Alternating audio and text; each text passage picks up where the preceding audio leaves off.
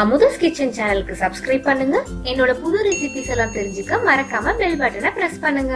Hi, எல்லாருக்கும் வணக்கம். Welcome to Amudha's kitchen. இன்னைக்கு நம்ம கிச்சன்ல சரவண பவன் ஸ்டைல் வெஜ் புலாவ் செய்ய போறோம். பொதுவா வீட்டில் வெங்காயம், இஞ்சி பூண்டு பேஸ்ட் எல்லாம் போட்டு வெஜ் புலாவ் செய்வோம். ஆனா அதெல்லாம் சேர்க்காமலேயே செய்யறது தான் இந்த வெஜ் புலாவோட ஸ்பெஷாலிட்டி. இதுக்கு தேவையான பொருள் லிஸ்ட் பண்ணியிருக்கேன், நோட் பண்ணிக்கோங்க.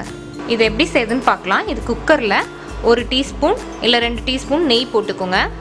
நெய் கொஞ்சம் காஞ்சோனே 2 பட்டை, 1 ஜாவித்ரி, 1 நட்சத்திர சோம்பு, 2 ஏலக்காய், 1 பிரிஞ்சி இலை, 4 கிராம்பு, இது எல்லாத்தையும் போட்டுட்டு நல்லா வதக்கி விட்டுக்கோங்க.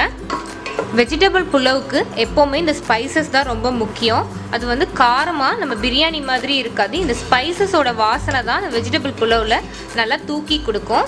இப்போது இந்த பட்டை கிராம்பெல்லாம் கொஞ்சம் பொரிஞ்சோடனே முந்திரி கொஞ்சம் சேர்த்துக்கலாம்.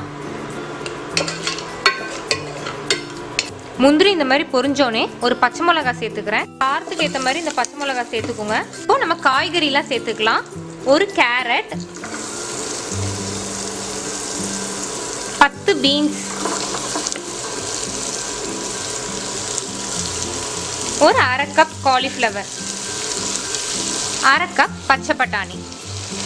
வெஜிடபிள் புலாவுக்கு ஃப்ரைட் ரைஸ்க்கு நறுக்கிற மாதிரி காய் ரொம்ப பொடி பொடியாக நறுக்கணும்னு அவசியம் இல்லை. 1 கப் பாஸ்மதி ரைஸை நல்லா அலம்பிட்டு 1/2 மணி நேரம் ஊற வச்சு தண்ணியெல்லாம் வடிகட்டி எடுத்துட்டேன். எல்லாத்தையும் நல்லா மிக்ஸ் பண்ணிக்கோங்க. 1/2 கப் தண்ணி, 1/2 கப் பால். தேங்காய் பால் கூட நீங்கள் ஊற்றிக்கலாம். தேங்காய் பால் இல்லை இந்த பால் இது வேண்டான்னு நீங்கள் நினச்சிங்கன்னா 2 கப் தண்ணியாக ஊற்றிக்கோங்க. உப்பு தேவையான அளவு. நல்லா இந்த மாதிரி கொதிச்சு வரப்ப ஒரு கிளறி விடுங்க. அப்போ தான் அடி பிடிக்காம இருக்கும். நல்லா இந்த மாதிரி கிளறினதுக்கப்புறம் குக்கர் மூடி போட்டு விசில் போட்டுடலாம். அடுப்பை மீடியம் ஹீட்ல வச்சு 2 விசில் வச்சிடலாம். எப்பவுமே விசில் வந்ததுக்கு அப்புறம் அடுப்புல இருந்து உடனே அதை இறக்கி வச்சிடுங்க, இல்லாட்டி அடி பிடிச்சிடும். விசில் அடங்கிடுச்சு. இப்போ நம்ம குக்கரை திறந்துடலாம். எப்போதுமே விசில் ஃபுல்லாக அடங்கினதுக்கப்புறம் திறங்க. அப்போ குக்கர் ரொம்ப சீக்கிரத்தில் வீணாகாது. நல்ல ரைஸ் எல்லாம் உதிரியாக வெந்திருக்கு.